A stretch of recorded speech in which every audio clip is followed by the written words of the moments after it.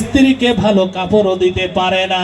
এবার স্ত্রীর কাছে কাপড় নাই, সারা জীবন কিন্তু স্বামী দিয়ে আসলো।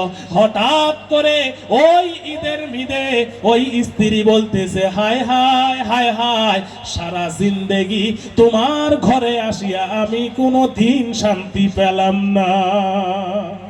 বলেন দেখি এই মহিলা কথা বলে কিনা? অধিকাংশ মহিলাই এই কথা বলে। সারা জীবন দেখবেন দিছ, যদি মাঝতে একটু কম হয় কয় দেখছি দেখছি, কি দেখছো? কয় সারা জীবনও তোমার আমি সুখ পাইনি, ওই সেই থাই তোমরা কোন দিন তার সুখ পাইলেন? বলেন দেখি কয় কিনা? ও মা, ও বোনেরা রে, তোমার হাত পা ধরে বলতেছি, আল্লাহর নবী ওই কথাই 3 নম্বরে বললেন, ওয়াইতাআত বালাহা, তোমার স্বামীর ইতাআত করো।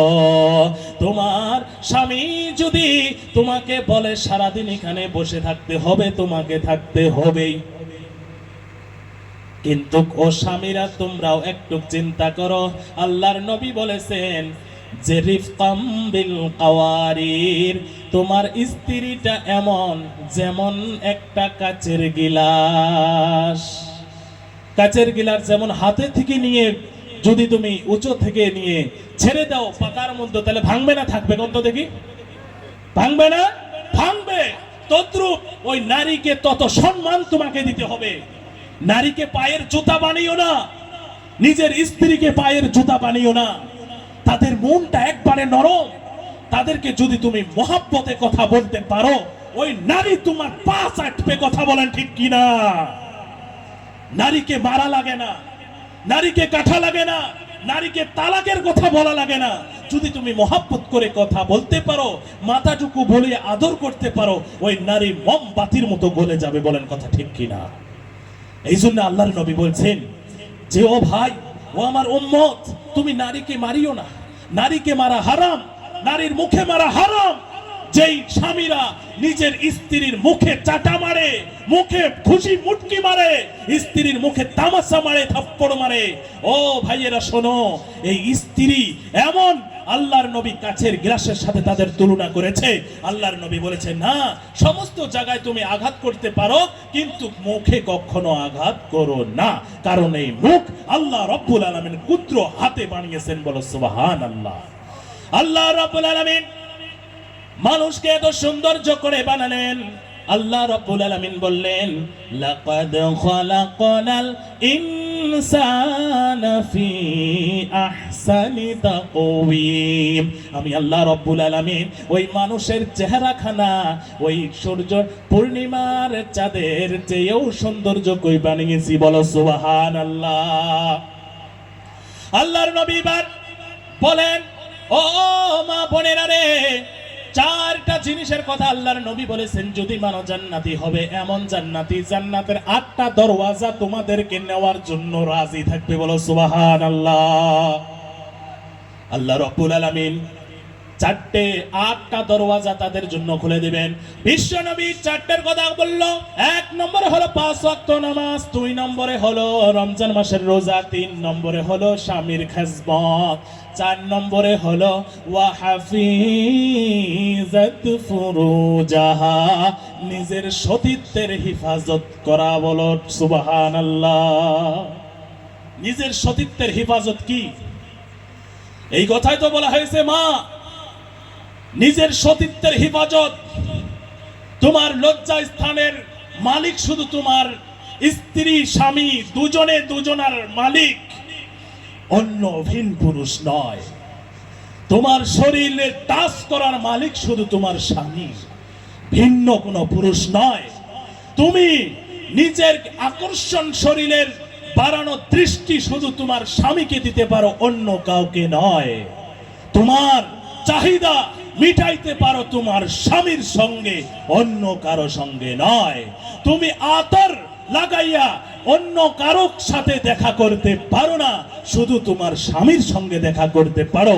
আল্লাহর নবী বললেন, ও আমার উম্মতিরা শোনো, তোমরা যদি দিনের বেলায় মানুষকে যদি আকর্ষণ করার নিয়তে পারফিউম লাগাও, খুশবু লাগাও, ইতর লাগাও, আর ওই ইতরের ঘ্রাণ যদি কোনো পুরুষের নাকে যায়, ওই পুরুষ যদি তোমার দিকে খাহিশে নফসের দৃষ্টিতে তাকায়, ও মা, ও বোন, তুমি শোনো, যতগুলো মানুষ ওই দৃষ্টিতে তোমার দিকে তাকাবে, ততগুলো মানুষের সঙ্গে তোমার জিনা করার গুনাহ হয়ে যাবে। বলো নাউজুবিল্লাহ। আল্লাহ, তুমি আমাদেরকে এগুলো থেকে বাঁচাও। আজ আমরা লিপস্টিক দেই, আজ আমরা নখ পালিশ দেই, আজ আমরা পা পালিশ দেই, আজ আমরা মেকআপ করি, মাথার চুলগুলো খোলা দিয়ে বাজারে বাজারে আমরা চলতেছি। কথা বলেন ঠিক কিনা? আরে এগুলো তো আমাদের জন্য নয় রে মা, এগুলো তো আমাদের জন্য নয়। আমার নবী তো এগুলো তোমাকে উইশ করতে বলেন নাই। কাল কিয়ামতের দিন জাহান্নামের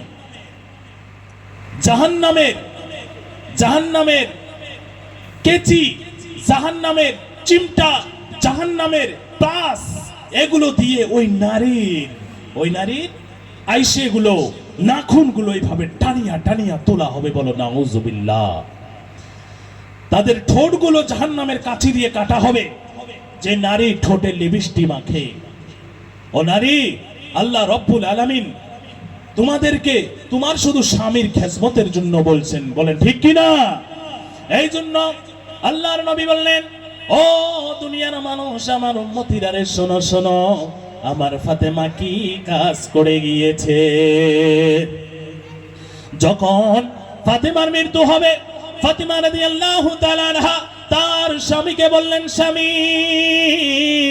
ও আমার স্বামী রে, আমার যেদিন মৃত্যুবরণ হবে ওই দিন কিন্তু কোনো মানুষকে তুমি জানাজারে ডাকিও না। ও মা, ও বোন, তুমি শোনো রে মা, শোনো, আল্লাহর নবীর বেটি হযরতে ফাতেমা কি কথা বললেন, এই কথাটা কেন বললেন, শোনো শোনো। আমার নবীর মেয়ে ফাতেমা রাদিয়াল্লাহু তাআলা আনহা, উনি বললেন যে আমি যখন মারা যাব আমার জানাজারে যেন কোনো মানুষ না আসে। আল্লাহর নবী বললেন, হযরতে আলী বললেন, ও আমার বিবি, এইটা তুমি কোন কথা বললা, কেমন কথা বললা?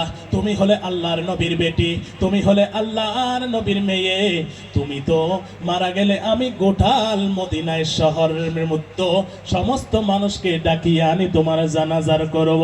আল্লাহর নবী বেটি ফাতেমা বললেন, না স্বামী, না, আমার জানাজারে কোনো মানুষ দেও না। এই কারণটা হলো আমার বাবা বাঁচি থাকা অবস্থায় আমাকে একটা কথা বলে গিয়েছিল। কোন কথা বলে গিয়েছিল? শোনো, ও মা, ও মা, শোনো শোনো, কি কথা বলে গিয়েছিল? আল্লাহর নবী তিনার বেটিকে এই কথা বলে গিয়েছিল যে মা, তুমি পর্দায় থাকিও। আল্লাহু আকবার। ফাতেমা, ওনার স্বামী কয় যে ফাতেমা পর্দা তো থাকছো, আবার কি? উনি বলেছে, না স্বামী, না, আমি চাই আমার বাবার এই কথা আমি মরে যাওয়ার পরেও যেন পালন করা হয়। বলো সুবহানাল্লাহ। কারণ আমি মরে যাব, মরার পর আমাকে তুমি কোন হালতে রাখবা আমি সেটা জানবো না। আমার মাথার চুল বাড়াবে আমি সেটা জানবো না। আমার পায়ের এক কোনা বাহির হইবে আমি কোনটা ওইটাও জানবো না। আমি তো মৃত হয়ে থাকবো, আমার অঙ্গ প্রত্যঙ্গ তো মানুষ দেখবো। এই জন্য আমি চাই আমার নবীর কথা, আমার বাপের কথা, বিশ্ব নবীর কথা আমি চিন্তাতেও মানতে চাই, মরার পরেও আমি মানতে চাই। জোরে বলেন আল্লাহু আকবার। ওই ফাতেমার হলেন তোমরা শাগরিদ, ওই ফাতেমার তোমার সিফত, ওই ফাতেমার যতগুলো অঙ্গে প্রত্যঙ্গে যতগুলো লাট কলব সবগুলো তোমারও আছে। আল্লাহর নবী তোমাকে বিদ বলেছে, তাকেও বিদ বলেছে, তোমাকে আওরত বলেছে, তাকেও আওরত বলেছে, তোমাকে মেয়ে বলেছে, তাকেও মেয়ে বলেছে। এই জন্য বলি মা, ও মা, তুমি ফাতেমার মতো হয়ে যাও, আল্লাহর নবীর বেটির মতো হয়ে যাও। আল্লাহর নবী বলেন, ও মা, যদি এই চারটা জিনিস তোরা মানতে পারিস, জান্নাত 8টা তোমাকে ডাকবে জান্নাতে যাওয়ার জন্য। বলো সুবহানাল্লাহ। তো ঠিক আছে ভাই, কথা তো বলার অনেক ছিল। যাই হোক, আল্লাহ রাব্বুল আলামিন যতক্ষণ আমাকে বলালেন, আলহামদুলিল্লাহ, এর জন্য আল্লাহর কাছে অনেক শুকরিয়া আদায় করি যে আল্লাহ আমাকে কিছু কথা বলার তৌফিক দিয়েছে। তো তারপরে এই যে আমাদের এই সভাটা কি উপলক্ষে? কি উপলক্ষে ভাই? মাদ্রাসা, মাদ্রাসার উন্নতি উপলক্ষে এই সভা করে হয়েছে। এই মাদ্রাসার মধ্যে কি করা হয়? একটু আওয়াজ করে বলবেন, কি করা হয়? কোরআন পড়ানো হয়, কোরআন পড়ানো হয়। এই কোরআনের দাম কত? কোরআনকে আমরা কেমন ভাবে দাম দিব? এই কোরআনকে ভালোবাসতে হবে, কোরআনকে দাম দিতে হবে। এই কোরআন আমরা যদি মহব্বত করি, আল্লাহ আমাদের উপরে মহব্বত বর্ষিত করে আমাকে জান্নাত দিবে, বলো সুবহানাল্লাহ। এই কোরআনের প্রতি ভালোবাসা রাখবো তো আমরা। আমার শেষ কথা, আমাকে হুজুর বলেছেন যে হুজুর তোমার সময় শেষ, তো ঠিক আছে ইনশাল্লাহ। এই যে শেষ কথা একটা আপনাদেরকে বলি, যে কোরআন শরীফকে ভালোবাসতে গিয়ে একটা হিন্দু মানুষ যার নাম ছিল নকুল কুমার বিশ্বাস, আমার মাদ্রাসার সবাই আসলে এই কথাটা আমার খুব মনে হয়, যে উনি হিন্দু মানুষ হয়া এত সুন্দর একটা গান লিখছে এই কোরআনকে নিয়ে। কিসকে নিয়ে? কোরআনকে নিয়ে একটা গান লিখছে। উনি হিন্দু মানুষ হয়া কোরআন শরীফকে মহব্বত করে ভালোবাসা দেখাইয়ে একটা গান উনি বানিয়েছেন। আর ওই গানটা আমি শুনছি, আমার কাছে অনেক সুন্দর লাগছে, যে গানটার মতো কত সুন্দর কথা, এত ভালোবাসা থাকলেই তারপরে তার উপরে গান লেখা যায়। কথা বলেন ঠিক কিনা? উনি গান লেখেন, কি গান শুনবেন? যদি আগুন লেগে ধ্বংস হয়ে যায় যায় যায়, ধ্বংস হয়ে যায়, যদি আগুন লেগে ধ্বংস হয়ে যায় পৃথিবীর সব বইয়ের দোকান, তবু বিশ্ব থেকে হারাবে না পবিত্র কোরআন। আল্লাহু আকবার বলেন। যদি আগুন লেগে ধ্বংস হয়ে যায় যায়, ধ্বংস হয়ে যায়, যদি আগুন লেগে ধ্বংস হয়ে যায় পৃথিবীর সব বইয়ের দোকান, তবু বিশ্ব থেকে হারাবে না পবিত্র কোরআন। আল্লাহু আকবার। তারপরে উনি গানের মধ্যে বলেন, পাকিস্তানের একজনের লোক ছিল, একজন লোক, ওনার নাম ছিল জিয়া, ওই জিয়াউর রহমান। উনি বিমানে করে বেড়াইতেন, জ্যাবের মধ্যে একটা ছোট্ট কোরআন ছিলেন। ওই লোকটা বিমানের মধ্যে যখন উনি বেড়াইতেন, ওই অজগবি এমন একটা সময় আসছে, বিমানটা ক্রাশ হয়ে ওই জিয়াউর উনি মারা গিয়েছেন। কিন্তু ওনার যে জ্যাবের মধ্যে একটা কোরআন ছিল, ছোট্ট কোরআন, এই আল্লাহর কোরআনের কোনো ক্ষতি হয় নাই, বলো সুবহানাল্লাহ। উনি ওনার গানের মধ্যে এই কথাটাই তুলে ধরলেন। কেমন ভাবে?